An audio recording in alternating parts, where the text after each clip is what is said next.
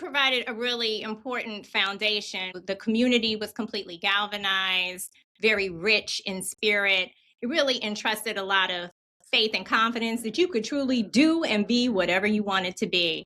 When I completed high school and matriculated on to college, I had a stop in Ohio in the Midwest, which was a big contrast from DC. Having that experience of the Midwest offered a breadth of diversity that really helped to shape shift, I would say, the trajectory of my life. And then moving on to California, I went to Pepperdine University, and that was in Malibu, California. So talk about being a true reflection of what it means to be in a minoritized population. That was in Malibu. I always say a lot of us may not define ourselves as patient advocates, but when you have a healthcare challenge and you are a patient, then you realize like, okay, wait a minute, I am advocating for myself. And you kind of build on that. So you start in the world as a patient because you're usually born in a hospital or somewhere. And then we end our life as a patient too. The ultimate thread to the story is that sometimes there are circumstances in life that guide us in a particular way, in a particular path. And that if we listen to that calling, which to me is really grounded in faith, then all of the pieces will come into place. And that's exactly what happened with me. I hit a point where I had an injury, it wasn't healing.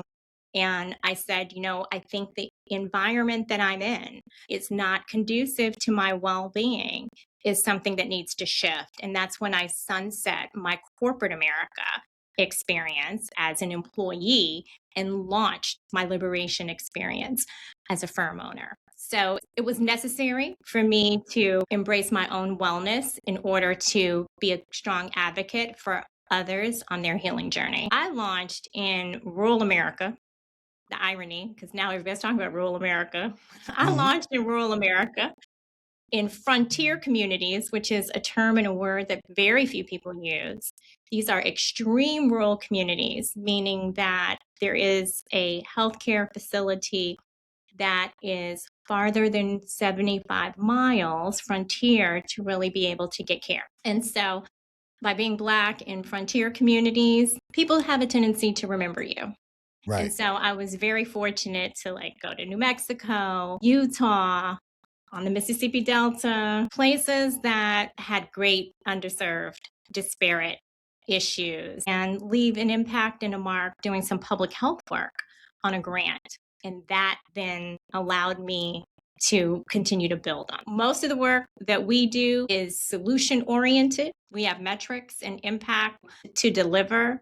But we convene so many organizations together, from the Data Equity Coalition to our work in mental health, to our work in cancer care and oncology equity, as well as pharmacoequity, making sure that there are no disparities between who has access to the best-in-class and first-in-class medicine. So we are grounded in the foundation around that data and evidence-based medicine are for everyone. And that in order for us to really see change in our healthcare ecosystem, everyone needs to be represented and should be afforded the opportunity to participate. The fundamental thing that everybody wants to know is, what do I do? Who do I call? And where do I go? Right. That's it. It's really basic. We make it more complicated. It's really not that complicated. If we can answer those three questions, we have solved the issue of healthcare in America. But no one answers the three questions, and especially no one answers them for Black and Brown communities. And this is where we all need to be focused, our energy and attention, and using our platforms to help people know, okay, what do you do? Let's tell them what to do. Where do I go? Okay, tell them where to go. Okay, who do you need to call? Okay, this is who you need to call. That's it. We've overcomplicated healthcare.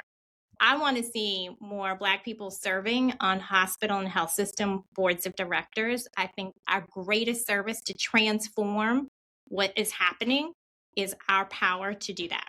We got to do it.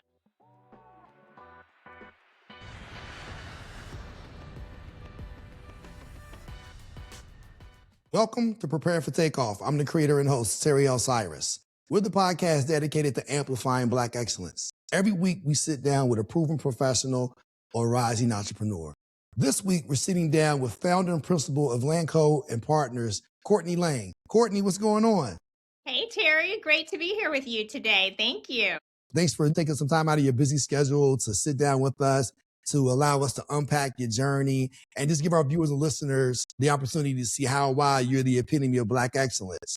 So I want to give our viewers and listeners the opportunity to get a sense of how it all started. Where did you grow up at? Washington, D.C., primarily. What was that like in Chocolate City? Chocolate City was wonderful growing up because it was really, at that time, just the epicenter of Black vibrancy. So it was a strong foundation for what it meant to be completely politically engaged in all of the spaces and places from local to federal.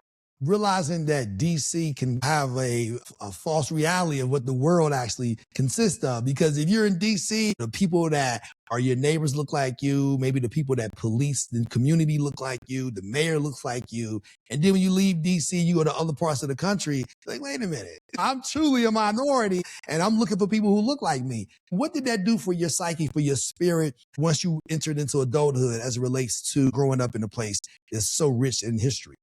So DC provided a really important foundation because there were so many Black professionals, as you just alluded to. The community was completely galvanized, very rich in spirit.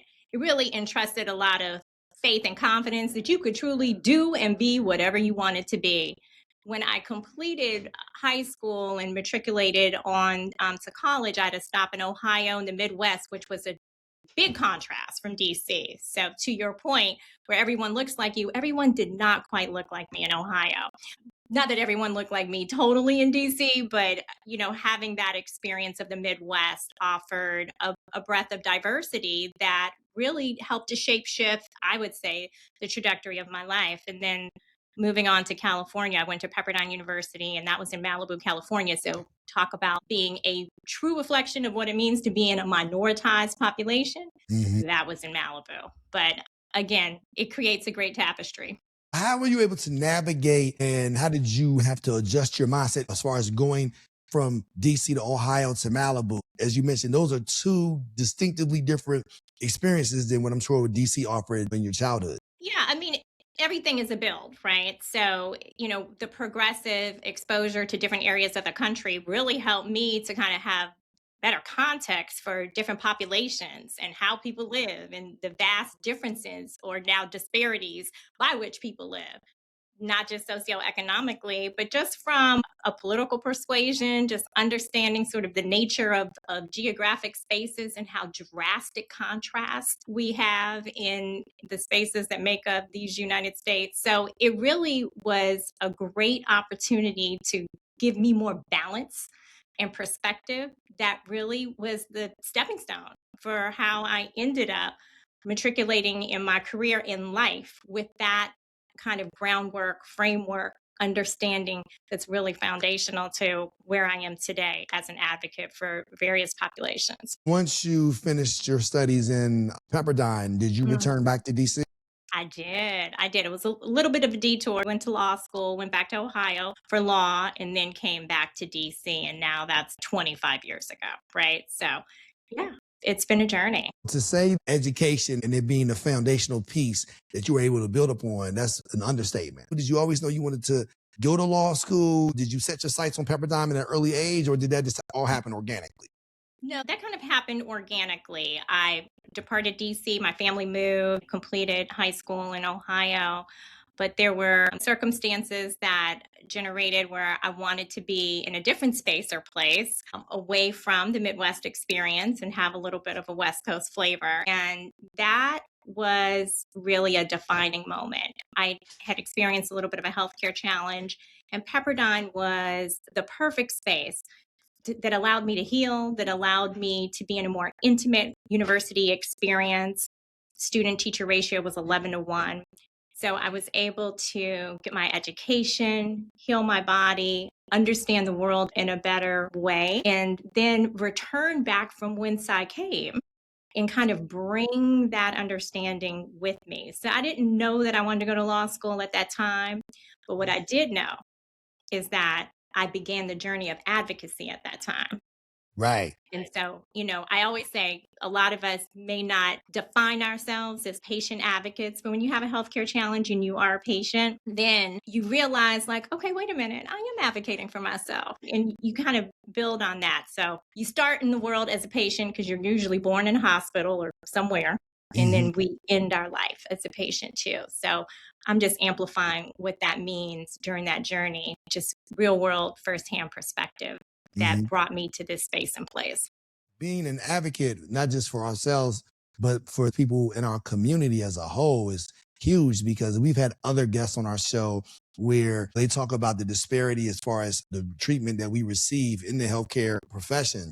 One of the organizations that we highlighted, they have a campaign, Believe My Pain, and why when people of color would go to the hospital, sometimes they wouldn't believe you. And then I had another sister who is a OBGYN. She said within the last, let's call it 20 years at a county hospital in New York, there would Mhm. be times in which if you were on Medicaid, they wouldn't even give you epidural during That's your right. childbirthing experience. That's So right. to know and understand that we've heard all those stories about the Tuskegee experiment and things of that nature, but people don't realize how widespread some of those things were then. And then more importantly, present day, why people of color, when they come into a hospital, when they see their healthcare provider, they don't get the same experience that other people receive from other backgrounds. 1000%. And this is why the health justice movement has really evolved. And that's why I always try to frame that my firm is a health justice firm, because this is the intersection of exactly what you just described, Terry, like law, policy.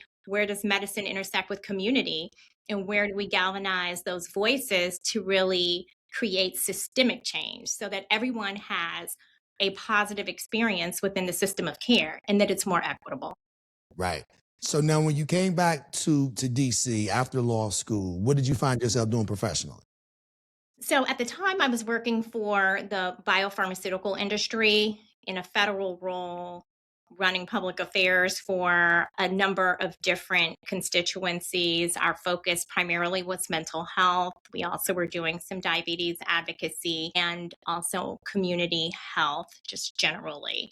And so that was my position after law school. And then I continued on in the biopharm space until 14 years ago when I sunsetted that aspect of my career and then launched my own firm. Thinking about starting your own business? Make it real with Shopify, the all-in-one platform trusted by millions to sell online and in person. Whether it's merch, art, or digital goods, Shopify gives you the tools to build, grow, and succeed. And here's the best part. When you sign up using the affiliate link in our show notes, you're supporting Prepare for Takeoff and starting your business off right. Click the link and start your free trial today. Did you know that at some point I have to set up my own shingle and I have to forge a path that I can be the architect of? Or again, did that happen organically? That happened organically as well. And this is why I think that the ultimate thread to the story is that sometimes there are circumstances in life that guide us in a particular way, in a particular path. And that if we listen to that calling, which to me is really grounded in faith, then all of the pieces will come into place. And that's exactly what happened with me. I hit a point where I had an injury, it wasn't healing. And I said, I think the environment that I'm in is not conducive to my well being, is something that needs to shift. And that's when I sunset my corporate America experience as an employee and launched my liberation experience as a firm owner. So it was necessary for me to embrace my own wellness in order to be a strong advocate for others on their healing journey. That's key because I think a lot of times people don't realize that you have to always put yourself first. And a lot of times they'll put their career first based on the fact that their career allows them to live a certain lifestyle and the security that comes with it. So they'll kill themselves in the process of trying to maintain a certain lifestyle. And I think what you should always be mindful of is at the end of the day, I have to be committed to me. To your exact point, God puts things in our spirit. If we want to get spiritual, I think the enemy tries to rob us of whatever that calling is through fear and doubt. Yes. And we'll use people closest to us to do that because one of the things I always hear, if you don't have any haters, then you're not popping. If you're not doing something that makes other people uncomfortable, then what are you actually doing? You should always be trying to challenge yourself, and you should always be trying to think bigger and beyond what your reality is, opposed to Yes. accepting what your reality is. We all have a calling on us. Sometimes God has to create circumstances and situations to get our attention, whether that's through health, whether that's through financial challenges, whether that's through marital challenges, whatever the case may be, to get our attention so that we'll be more likely to listen to that calling. You had those circumstances pertaining to your health, then you were Yeah. probably more likely to say, you know what? I got to make more of a commitment to myself and I trust the path that I see fit to expand upon as far as starting my own firm more so than I trust corporate America to put me first. I have to put myself first. Yes, and corporate America doesn't have a soul, right? And so sometimes you're asked to advocate for things that you may not believe in. Fundamentally, it may not be sitting well within. And I always say that the biggest clue or cue is, do you feel good and can you sleep well at night? Because if you're not feeling well and you're not sleeping well at night, that's a sign that something needs to shift. It may not always be the job, but there needs to be a shift. And for me, it was the shift, and it allowed some oxygen to come into my life, to my body. It allowed an exhale moment that then gave birth to what has been a beautiful journey since that time. That does not mean that the first 16 years of my professional work experience wasn't beautiful. It was fantastic and really helped me to be where I am today in every way, shape, or form. But when it was time to make that transition, I also felt like, okay, I'm ready. And I had a sense of confidence that this was the time it needed to occur. Not 1 year longer, but it needed to occur then. I think that everything has to be something that we listen to as far as that calling on our spirit. And you listened to that call, and I'm glad you did. Was there any anxiety associated with like, hey, I'm going to leave this, as we say in the community, this good job, and I'm going to start my own firm? So talk me through what that initial process consisted of. Yeah, the initial process, Terry, to be completely honest with you, was not well thought out. I consider it a saving the soul moment.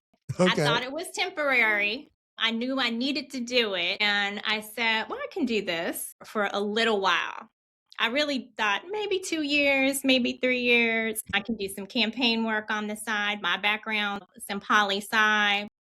I originally thought when I was at Pepperdine that I was going to do political commentary work because that was sort of the height of getting young people engaged in the political process back when MTV had Rock the Vote. So I said, I can kind of ground myself a little bit more in that political policy world temporarily, and had no idea when I launched that it was going to be truly the launch for the future, right? And so what I did know, however, was that I was filling a need in areas that were really underrepresented by people that look like you and me. So I launched in rural America. The irony, because now everybody's talking about rural America. I Mhm. launched in rural America in frontier communities, which is a term and a word that very few people use. These are extreme rural communities, meaning that there is a healthcare facility that is farther than 75 miles frontier to really be able to get care. And so by being Black in frontier communities, people have a tendency to remember you. And Right. so I was very fortunate to go to New Mexico, Utah, on the Mississippi Delta, places that had great underserved, disparate issues, and leave an impact and a mark doing some public health work on a grant. And that then allowed me to continue to build on. I want to give you the opportunity to kind of talk our viewers and listeners through some of the work that your firm does. I know you guys are doing great work in the advocate space and healthcare and things of that nature. So kind of wanted to give you the opportunity to break that down and what that looks like.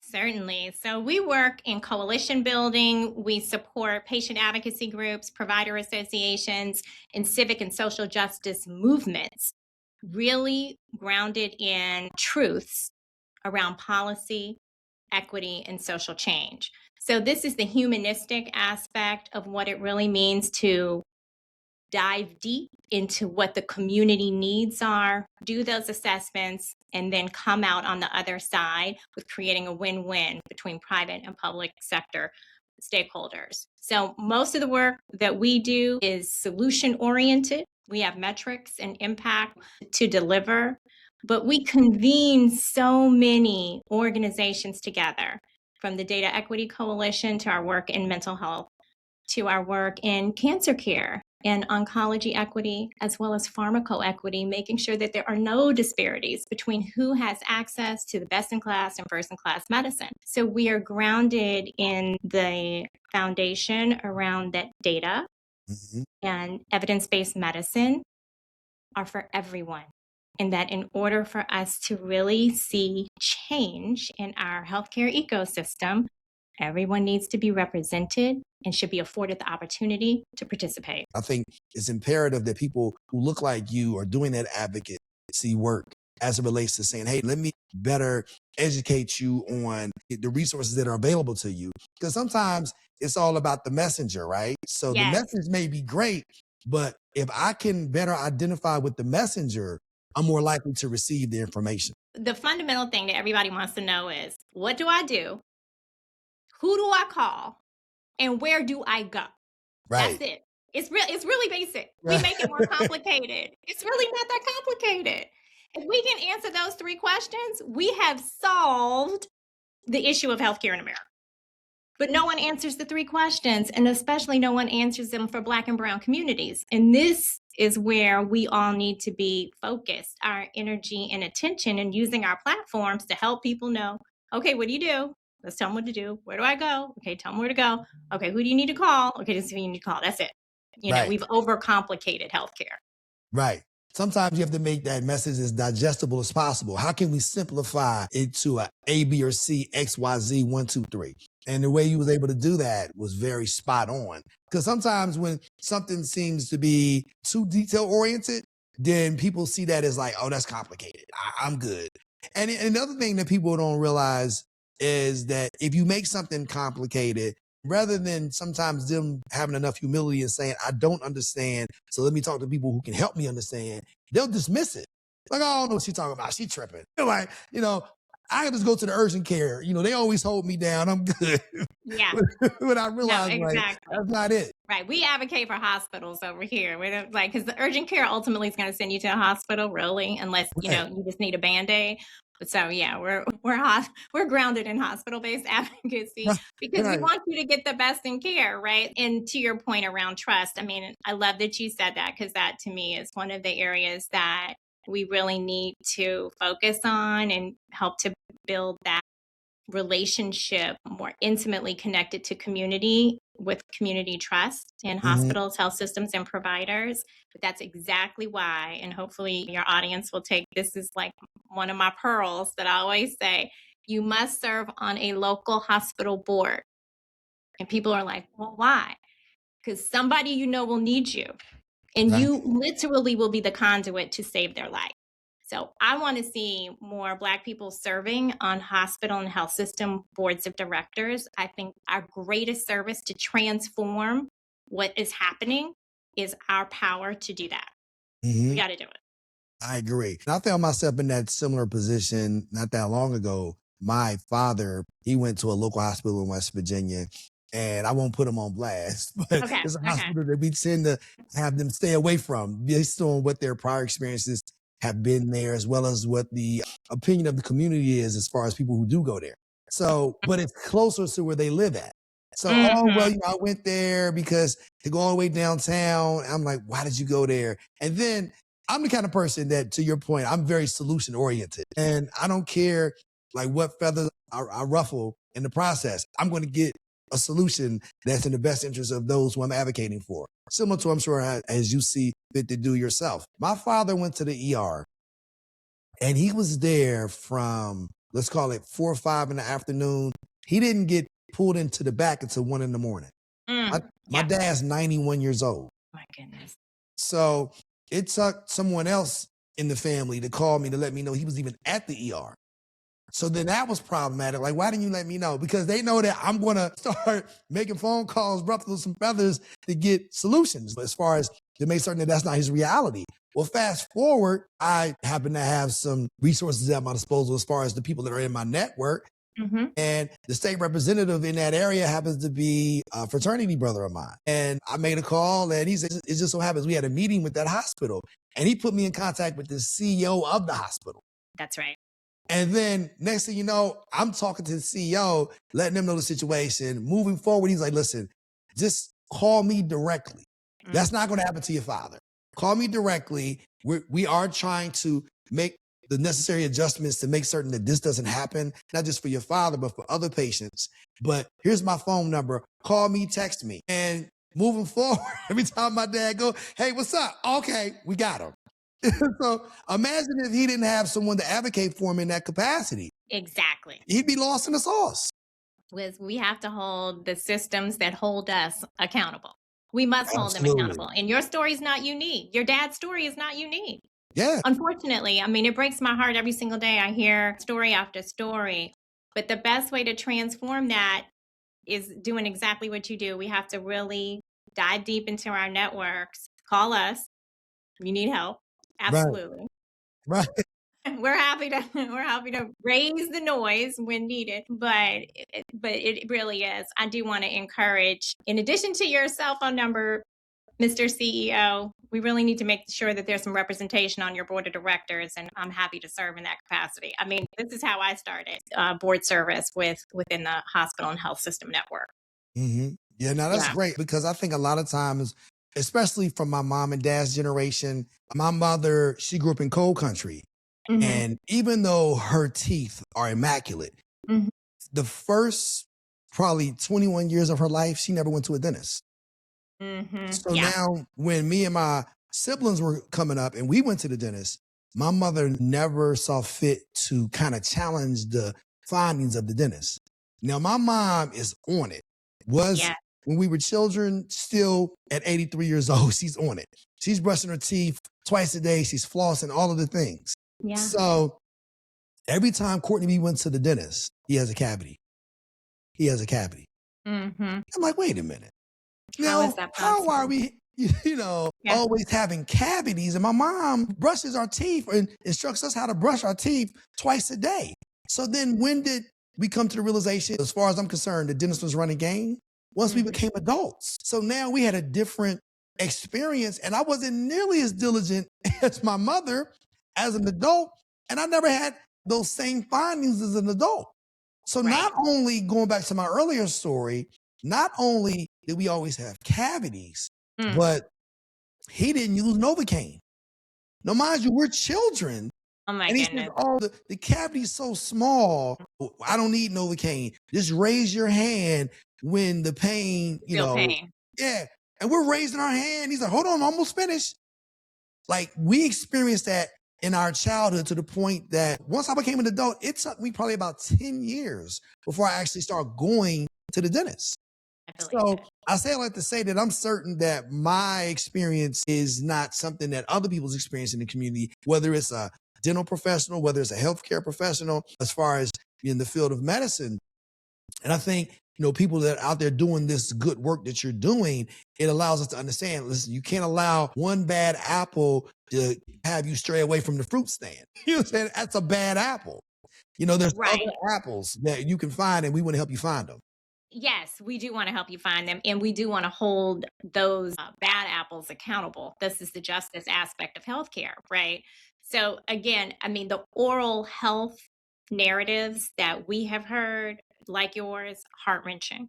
What drove us to do the work in New Mexico was because the number one driver into the emergency department in the frontier communities in New Mexico was because someone was having a dental emergency.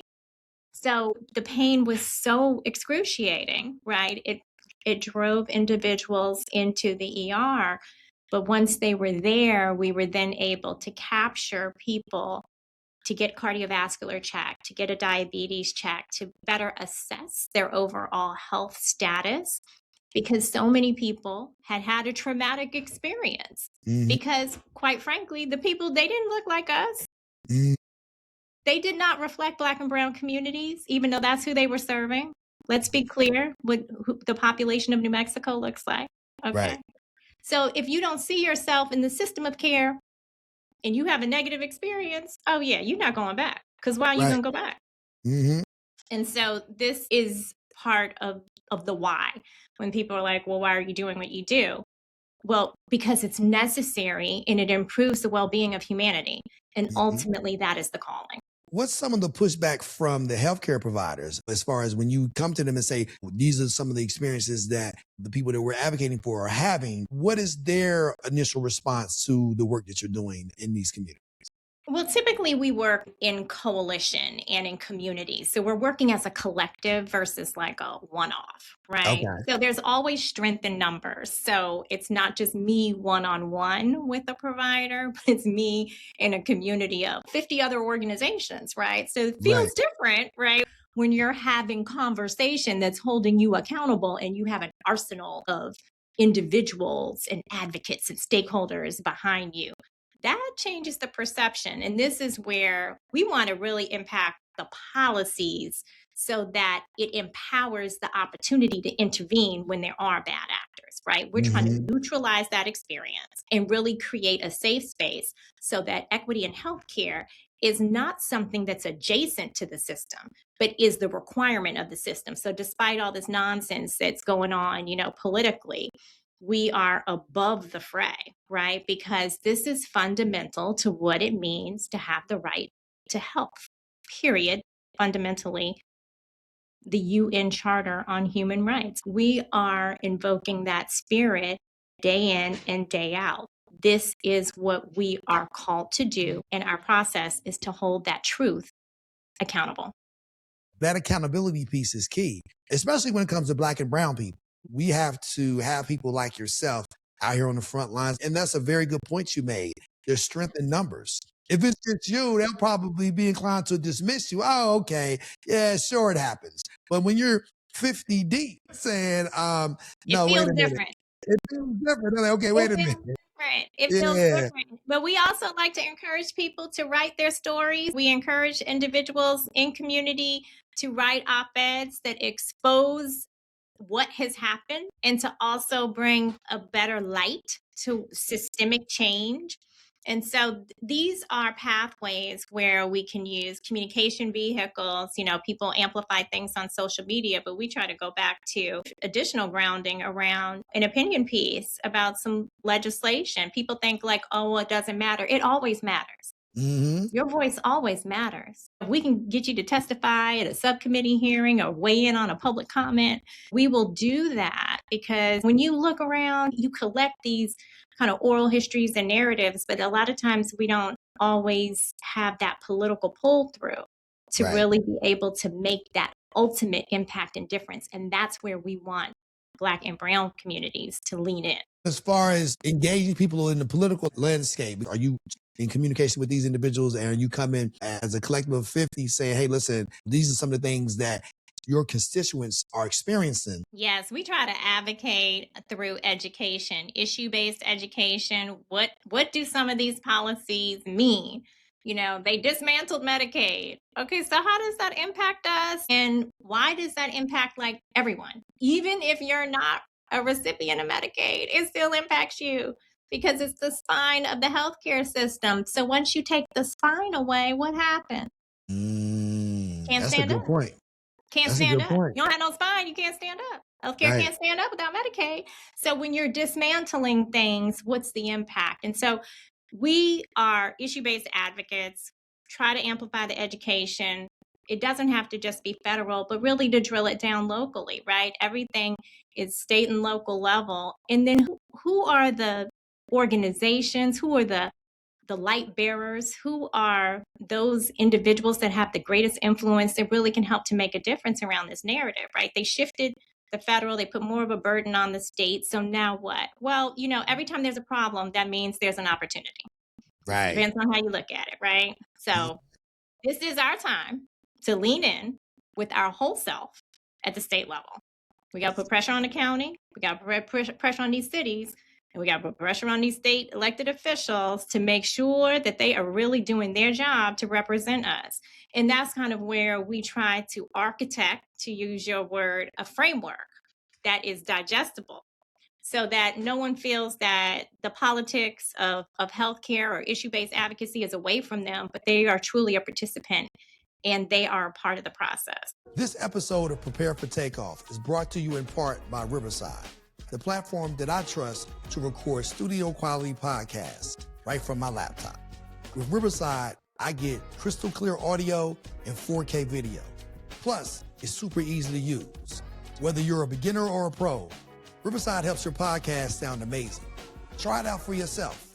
Click the affiliate link in our show notes and start recording like a pro with Riverside. I look at things the same way you just explained them as far as opportunities. Whenever there's a problem, there's an opportunity. Yes. And sometimes when there are no perceived problems, then people can fall asleep at the wheel. Everything is fine. There's no need. I don't have any healthcare challenges. I don't know anyone who's had those experiences. That's something that may have happened back in the 50s and 60s, but that's not happening in 2026. But then once you are able to educate them, and I love how you unpack how Medicaid is the spine of healthcare as a whole. I never, ever heard it explained in such a way. Because I'm going to be honest with you, when you hear some of the people that, okay, they're on Medicaid, I'm not going to lie. I'm like, well, that probably won't impact me. But really not realizing in the way in which you described it, it's going to impact all of us. And just the way you explained it, I'm like, man, I never looked at it like that. Well, I'm glad that was helpful. We try to drop a little health literacy into it so that everyone feels like, okay, yeah, maybe I didn't have that understanding. But yes, a lot of times, particularly in majority populations, when I'm socialized in spaces and places where there is a lot of elitism and they try to dismiss, right, the Medicaid experience, and then they're complaining that their insurance premiums are really high. Remember who you voted for. You're right. Remember who you voted for. That's a direct result. That is the impact of your vote, right? So when you say it doesn't matter, be clear with what your intention was, because you thought it was just them, but them is actually you too. Right.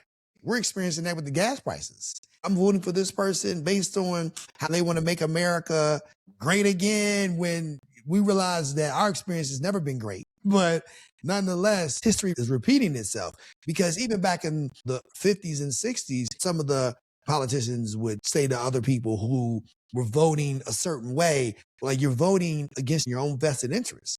But that just shows you the power of as people perceive things. So if they perceive Black and brown people in a certain way, and they feel as though that the person they're voting for is more aligned with who they are as individuals, then they'll be more inclined to say, okay, fine, you know what? Granted, I know we have to make some sacrifices. Granted, I know this. Granted, I know that. And then they find themselves going to the gas pump. I can't fill up my tank. I can't pay my insurance premiums. Well, how did you get here? Based on who you voted for, that box you check. And that's why being fully aware of what people's policies are, more so than the sound bites that you hear on television, more so than the things that they're trying to feed you in an effort to sway your vote. I think it's imperative that we educate ourselves on the whole truth behind what some of these candidates actually stand for. And then once they get into those positions, I think a lot of times you hear from these individuals during the election season, but then once they have your vote and they're elected to these positions, then it kind of goes away. And people like yourself and your firm, you're in a position to hold them accountable. These are the people that are being impacted by this. What can we do to change it? How can we fix it? And as you mentioned earlier, every time there's a problem, there's always an opportunity to provide a solution. Yes. We have to focus on that, right? That's our hope. Right. That's our hope. You have to have a half glass full mindset. And for us as a people, we've had no choice but to have a half glass full mindset. I think the work you're doing is incredible. I think it's much needed, and you're being very intentional in the work that you're doing. People need to understand and realize there are people out there that look like us that are advocating for us. Yeah. Every day, all day long, sometimes all night long. You'd be surprised at the calls that come in. A crisis doesn't know time of day or night. I always say that, particularly in our mental health work. And so we do try to embrace the work with a spirit of compassion and empathy for the human condition, right? And so sometimes it's not convenient. This is not work of convenience, it's work of calling. And so you have to be deeply grounded in that space, that faith, that truth, that belief that, you're leaning in, just like you did with your dad, you're leaning in can truly transform the outcome of someone's life. So the trajectory is moved at that pivot point. And so it's a part of a transformative movement around what it means to care for others. And so hopefully this energy, this spirit will resonate, and there'll be more and more individuals and organizations you can align with that you're like, oh, okay, this kind of feels good. It's speaking my love language in healthcare. So Right. And one of the things you just touched on as far as mental health, that's another huge hurdle in our community. yes. Because when you talk to the old people, ain't nothing wrong with him. He's fine. They can understand heart disease, they can understand diabetes, but people in our community, they can't always understand mental health. So I think it's very imperative that people are better educated on what that looks like, because it doesn't necessarily have a face. You can't necessarily see it visually because it's happening internally as far as the battle that that person may be experiencing. So what, if any, pushback do you receive in educating people in that regard in the community? Well, I just completed a board service with Mental Health America. I served on the board for the last 6 years, and it was a really powerful sort of national spirit, right? Just really focusing on mental health from 2020 to 2026, when the world has been in crisis. COVID catapulted everyone into a Right, crisis, right? right. And so we had those dual pandemics between the COVID-19 virus, as well as isolation, loneliness, and depression at an all-time high. When you talk to communities, particularly our communities at a local level, there is a better understanding of what it means to be well than what it means to be mentally well, right? Because sometimes we're still divorcing our health from the neck up as separate from the rest of our body. And we don't want to do that, right? So we want it all to be together. So some of the biggest challenges are just socializing that we advocate for co-location of your mental health provider and your physical health provider. We think it should just be a one-stop shop. Get a checkup, get a checkup. It's your body, it's your health, it's your well-being. And helping to make it easy for people to orient around that, we encourage all forms of talk therapy to psychiatric interventions. We believe what people are saying all the time. We never discredit, and we encourage individuals in the faith community to stand with us. We encourage pharmacists to stand with us. We encourage other aspects. Social workers have been tremendous advocates for us to work in a collective union, right? To make sure that people feel like there's a safe space to express, emote, and get interventions that are needed for them.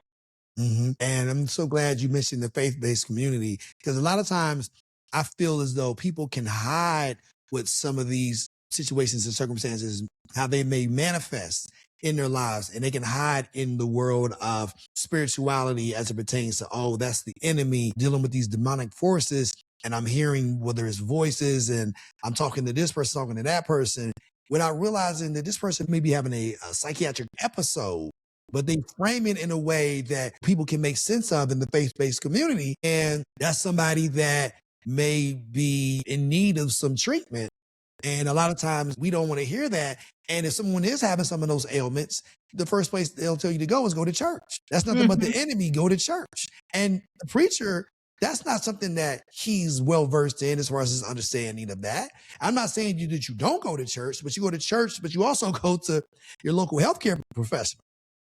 Yes, we must encourage safe pathways to correct information. We must demystify stigma and really encourage the utilization when someone is in a crisis for 988, which is our mental health 911 hotline. The reason why churches are such a great platform to amplify those messages is because people do rely on pastors and the church community to get accurate information. They believe them when they hear these false narratives a lot of time. The church has never stigmatized your hypertension.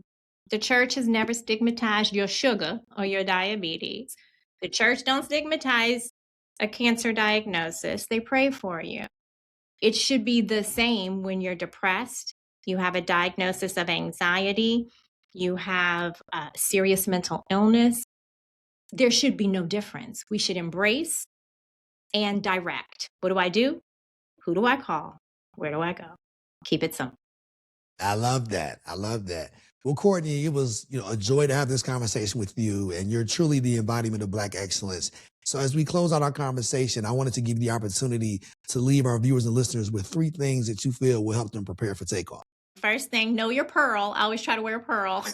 So know your pearl. Your pearl is your superpower. So know what that is. So for me, it's the advocacy for improving the human condition, just really embracing that spirit. I really believe that health is the pathway. So that is my one. The second thing is don't ask for permission. Enter into the room, add a seat to the table, and make sure your voice is heard. And I gave you the other one was serve on the board. You got to serve on the board. Got to serve on the board. Please, audience, serve on the board. We must do that, particularly in healthcare. And I'll end where we began, that we all start this world as a patient. We will likely end this world as a patient. If you're not one now, you likely will be one if you're so blessed. So because of that, board service is intrinsic to our survival to end healthcare disparities. Courtney, I'm certain that our viewers and listeners are going to want to find out how can they continue to get some of this good game, plug in with not only you, but your organization as a whole. What's the best way to reach you? Whether you want to share the website for your organization, how can they reach out to you on LinkedIn, Instagram, Facebook, whatever you feel comfortable with sharing? Thank you. Yes, LanccoPartners.com. Send us a message. It's really super easy. Advocacy, because that's what we do at LanccoPartners.com. Courtney, I truly enjoyed this conversation. Must continue success. You're doing great work in the community, advocating for people who look like you and me. I know what I found myself doing with my parents who are 91 and 83. And that's my reality. I'm certain that I'm not alone. I'll say this, my parents will be more likely to listen to you than me. So if I tell them something, they'll be like, oh, you ain't no doctor. You ain't no doctor. There you go, try to be a doctor again. Mama have them like, hey, look, well, go to this website and there's some great information that I think you'll like, but you tell me what you think. Because if you try to force feed, oh, there you go, try to tell me what to do. You know what? You my son. You ain't my parents. And that's like my mom. Look, my mom and daddy, they been gone. You ain't neither one of them. I truly appreciate the work you're doing. So not only do I want to thank you for spending so much time with us, I also want to thank our viewers and listeners, whether you're watching us on YouTube or you're watching us on Spotify or you're listening to us on Amazon Music, Apple Podcasts, Audible, iHeart, or Pandora. As you know, every week, we're going to continue to bring you proven professionals or rising entrepreneurs. And all of these conversations, just like this one, will help you prepare for takeoff. Courtney, thanks for joining us. Thank you for having me, Terry. Deep gratitude and blessings to excellence and health.